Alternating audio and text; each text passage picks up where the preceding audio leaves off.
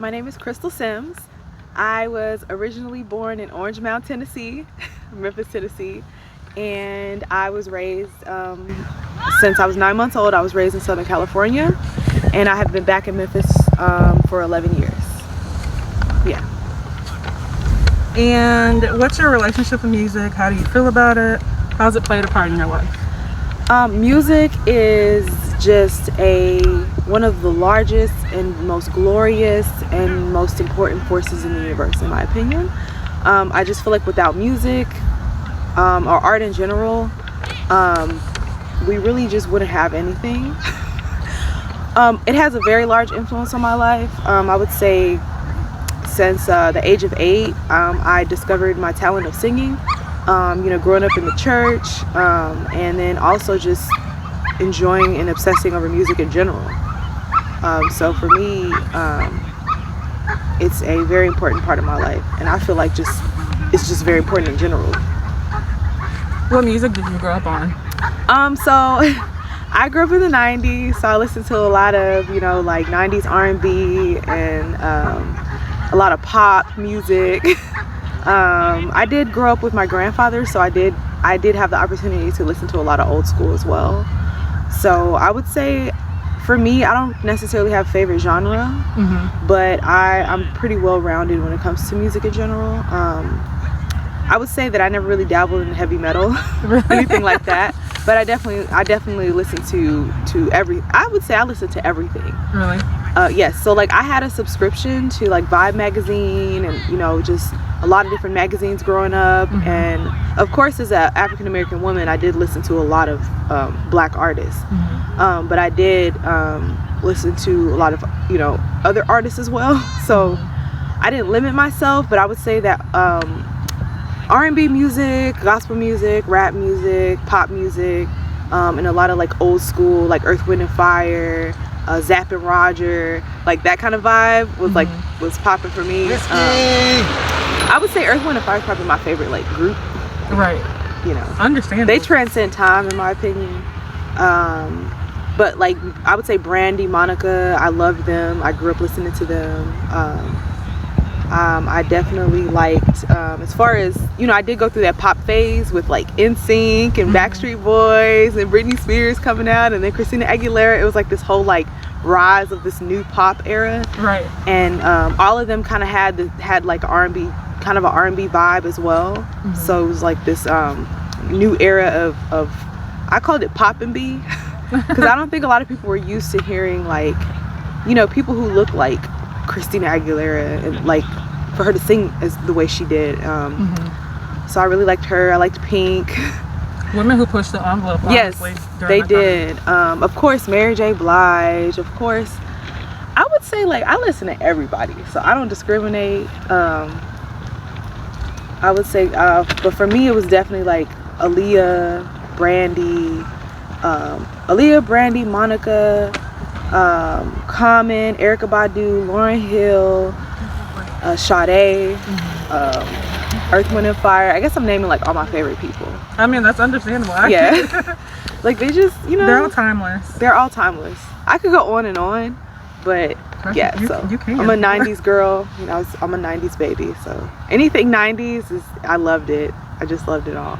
So would you say that's what you listen to now, or like how has your music changed? It has completely changed. So I started I would say like 4 years ago, I was listening to nothing but like electronic music. So I got like introduced to people like, Deadmau5 and Daft Punk, and I was just into that kind of vibe for a while. I also like to listen to jazz. I like to listen to, like right now, I listen to a lot of like meditation music, Tibetan singing bowls, just kind of like relaxing. I'm learning to enjoy different types of music. But of course I love my trap music. I like ratchet music. I love it. Like understandable. Like just black culture and black music is just, to me, when I hear it, because everyone has their opinion. Right. When I hear a rap song, I don't listen to just the lyrics. I'm hearing the energy from the bass and the rhythm, because a lot of people don't give a lot of credit to producers. Like a lot of producers who make these beats are extremely talented and just as talented as the artist that's singing or rapping. Right. and I can hear like my ancestors in the music. I could hear the drums and I could just hear the energy. And for me, I don't look at like rap music or trap music as something negative. I look at it as something that was created by us because of the circumstances, something like that. It started from, you know, people who were very poor, very destitute, dealing with a lot of issues, and they just decided to put some rhythm with some poetry, and boom, it transcended into what it is now. And I just feel like if rap music has taken over the world, in my opinion, and everyone listens to it. This is true. So, even you go into like the Afro beats and how it's like almost, I won't say it's a fusion, or sometimes we take from like Afro beats and like the sound. Like we're getting to a point where even there's like so many Nigerian artists over here now, where it's that's just, true. A lot of I didn't know a lot of R&B artists, and a lot of the artists we listen to who are pretty well known are, a lot of them are immigrants, or first and second generation, and they're from Nigeria or the islands. So I think that's very interesting as well. I love it. Yeah, and I love reggae music. Any reggae music, I don't really know a lot of the artists. I just kind of listen to playlists. So I'm the kind of person who would just go on iTunes or whatever and just randomly let music play, and I would just say, oh, I like this. I would download it, I would look up that artist, obsess over their music, listen to it for a while, get into it, and then, you know, move on to the next thing. All right. So it's very spontaneous for me, just in general. But I just think as an artist, I just kind of like just allow the energy of the music to just and to really enjoy it and to get in tune and get into it, rather than like doing so much studying and trying to remember who this is and who that is. You know, like I just kind of recognize the music for what it is, and the sound and the energy of it. I guess hopefully that makes sense to somebody out there. Y'all get it. Somebody gets it. Do you have like, because like I know there probably has to be a pattern with like the music you listen to. Is there like a producer that you know that you absolutely love his work? I would definitely say like Dark Child. Rodney Jenkins, is that his name? I think that's his name. I don't know, growing up I know he produced a lot of Brandy's music. He produced pretty much for everyone, but I really love his sound when it comes to R&B. So I would say like he's definitely one of my favorite like producers. Also Pharrell, I think he's absolutely amazing. He just transcends time. He transcends everything, and it's like everything he comes out with, it just seems like it's supposed to come out like in the year 3000. Missy Elliott, Timbaland, like it would be a dream to work with them. Like Missy Elliott is triple threat because she's a singer, a dancer, she raps, she produces, she makes beats. Like I just feel like people like that are just absolutely amazing, and they're still working, still thriving. And they ain't going nowhere. Right. Swiss Beats, I think he's pretty talented as far as like his beats, and he has a signature sound. I would also say, I'm sure I'm missing somebody. I'm sure I'll think of it tonight when I'm in bed. But I mean, there's quite a few. There's a producer who produces rap beats, but I can't think of his name right now. It's okay. But he produces a lot of beats for like Gunna and like Young Thug and a lot of the big time rap artists. But I can't think of his name, unfortunately. I'm so sorry. I would give you a shout out, but what's a song that's been consistent in your life? Oh my goodness, it's so weird. So would you say like from childhood till now, or like just like a song that's just like been prominent, like maybe you listen to it when you're having a rough day, or something you like to belt? Or I would say for me, I'm a very emotional person. I like to feel and get into my feelings. I would say like throughout my life, Brandy, Have You Ever, like literally pops up in my head all the time. I could just be like sitting down and like, have you ever loved? It just comes up and I'm like, oh. And then I have to play the song, and then I start thinking about things, and I might cry and I might feel, and I'm just like, this is crazy. But I just really like that song. There's a song by the artist Desiree, and it's called You Gotta Be. And the song is so motivational. Ever since I've heard it, I remember being on the freeway in LA, and like I remember the exact moment I heard the song, and it's like, you gotta be wise, you gotta be strong, you gotta be, and it was just like the whole song was so positive, and it just made me feel like, wow, like motivated. It was a very motivating song. So that song pops up in my head all the time. And I think like the main lyric that sticks out in that song is all I know is that love will save the day.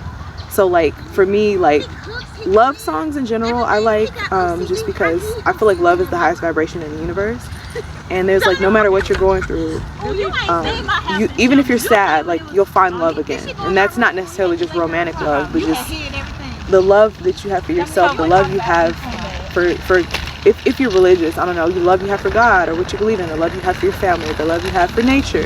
Just love is just always what we go back to, and is the core of who we are as humans, in my opinion.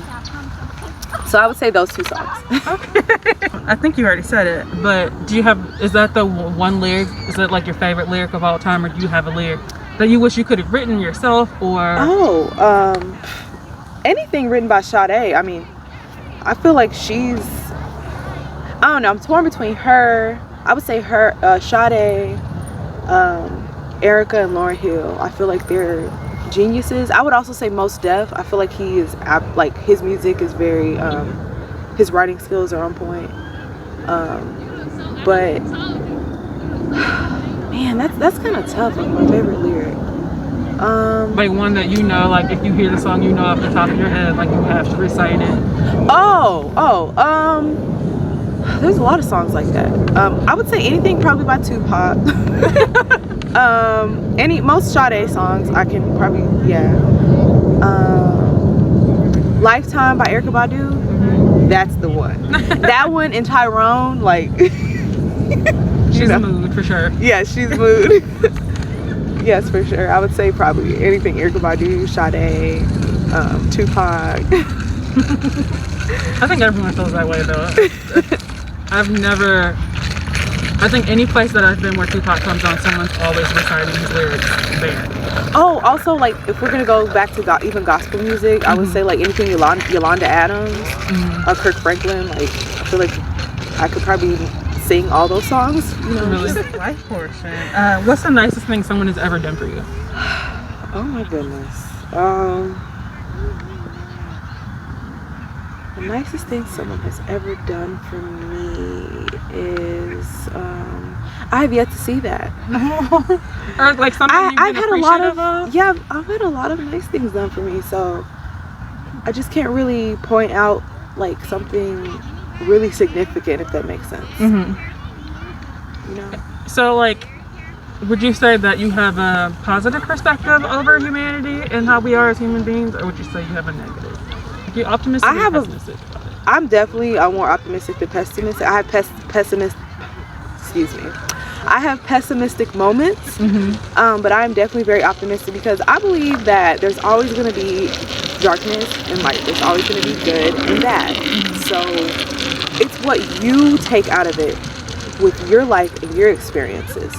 And like, for instance, right now in the year 2020, it's a very challenging time in general, for people in general, especially in America. So I just feel like everything that happens, whether there's something breaking down, it seems like things are falling apart, I truly believe that when things are falling apart, they're actually coming together, and that us as humans, we need to evolve into a place of true unity, true love, true acceptance of one another. And if we continue to hold on to old ways and old systems, we cannot like evolve that way.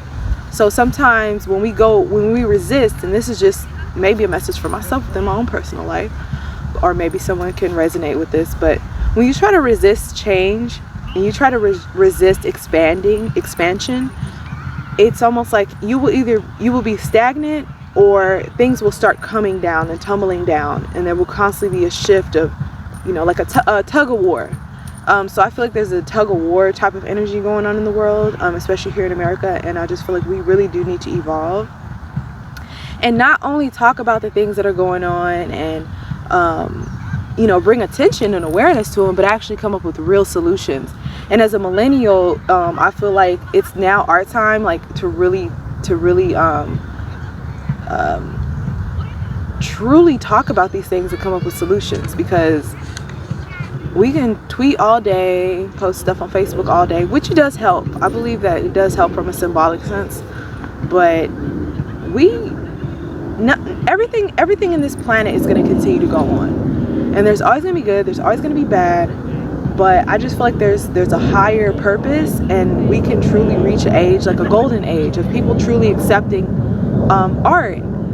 artists as like something that can be lucrative and professional, for people to truly be who they are and to be accepted for it, and for them to not be shunned.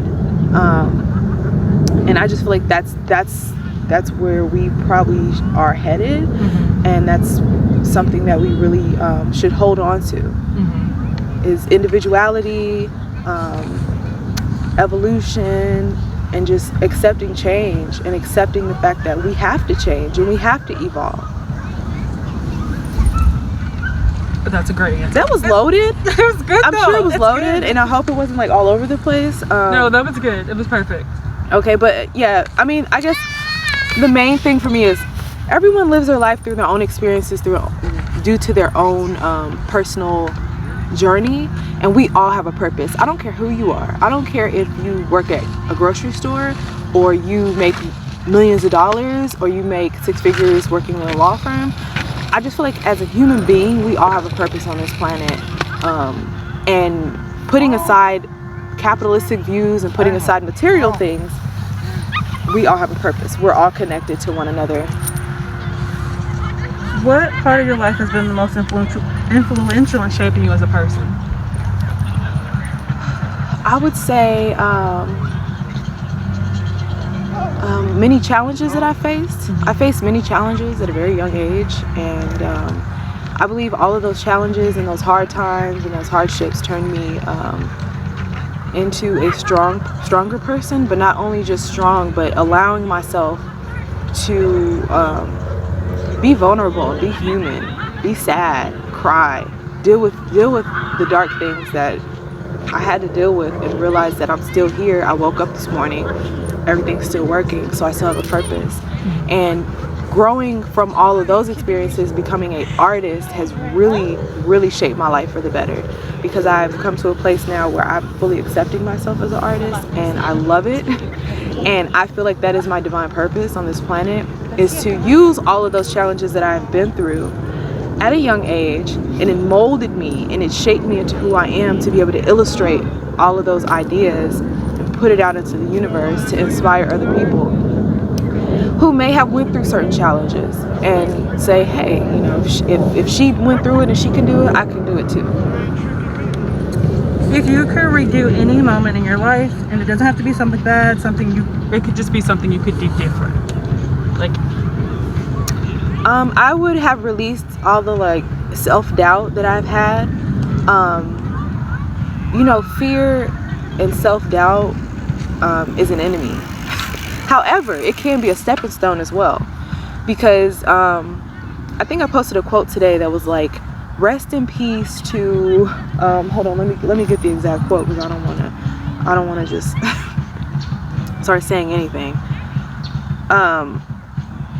But yes, it says, rest in peace to the opportunities we missed because of shyness and low self-esteem.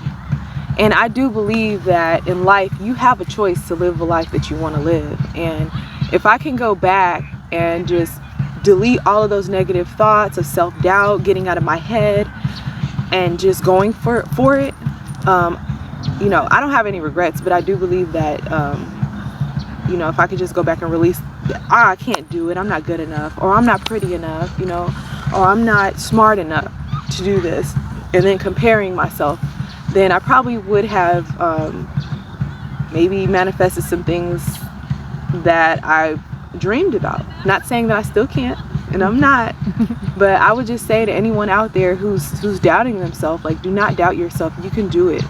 You can do it. Anything you put your mind to, you literally can do. And if you can't, ask for help. You know, like, don't allow yourself to give up because of self-doubt and fear and insecurity. And it's okay to feel those things, because we're not perfect, but just know that you are great, and you can do it. You can do anything that you want to do in this world. Okay, so where do you see yourself in 5 years? Knowing what you know now. Oh yes, in 5 years, I see myself in my dream home, with my dream bae. Hey y'all, no, just like, you know, in my Tesla truck, with my own studio in my home, like my own art studio, traveling and inspiring others. I see myself having murals and doing shows across the country. I see my children just excelling in life. And just, you know, I really just see myself really elevating to who I really dream to be in the life that I really dream to have. And no more self-doubt. And also being in a position to help others. So we've talked a little bit about your purpose. So specifically, what mark do you want to leave on the earth? Like, where do you know for sure, like, this is what I want to do before I leave the earth? Before I leave this earth, I want my children, for sure, to know that they can be creative and free and successful and happy and loved. Your creativity, everyone has some sort of creativity. I feel like that is like the core of who you are, and that it's such a blessing. And when you hold on and you hone into your creativity, then you will leave a mark, and it will go on forever. Whether it's music, whether it's art, whether it's writing, whether it's motivational speaking, whether it's dance, whether you're a philosopher or a professor, whatever your niche is and what you love, hold on to that. Don't let it go. Foster it, nurture it, and know that you can be successful from it. Whether you reach one person, make $1, or you reach millions of people and make millions of dollars, that, you know, that you can be successful as a creative individual, and that you can get through every challenge in your life, and inspire others to do the same. So how do you wish to be perceived? Not that that's like super important, like obviously you should think highly of yourself, but with inspiring others, how do you wish to be perceived? I'm still working on that. But I definitely want to be looked at as someone who moves and lives with integrity, you know, and respects others, and it's just my authentic self. Like, it's pretty much it. I just want to be known as someone who was true to themselves. Yeah, is true to themselves and just respects others, has integrity, just basically lives life by my own terms, as long as I'm not hurting or harming nobody, you know. So I definitely don't have intentions to do that. Living with good intentions, positive and clear intentions. Okay. And second to last question, what do you think of the current state of America, and how can it be fixed? I think America's doing exactly what it's supposed to do, to be honest. I mean, I feel like it is being fixed.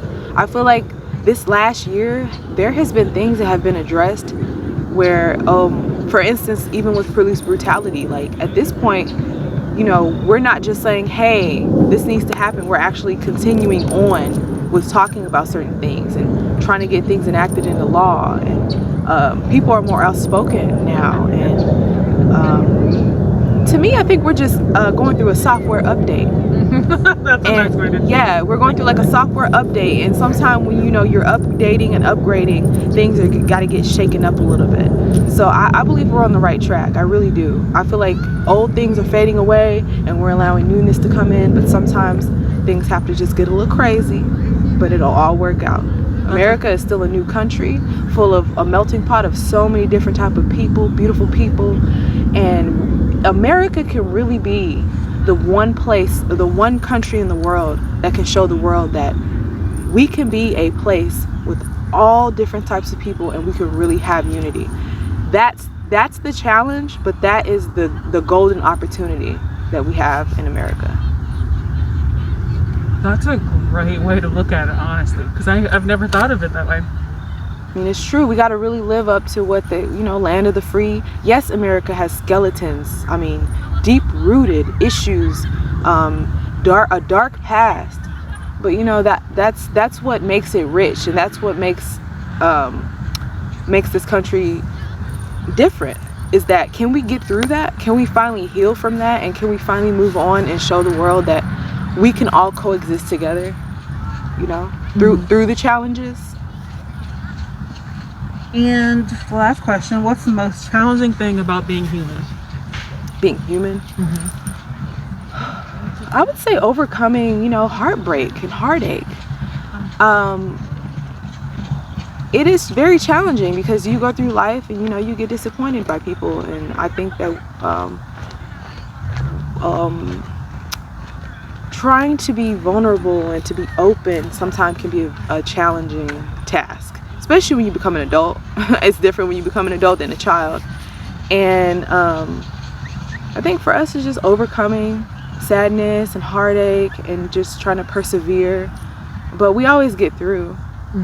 Also, I think I have this saying or this theory that capitalism and the human spirit are compatible.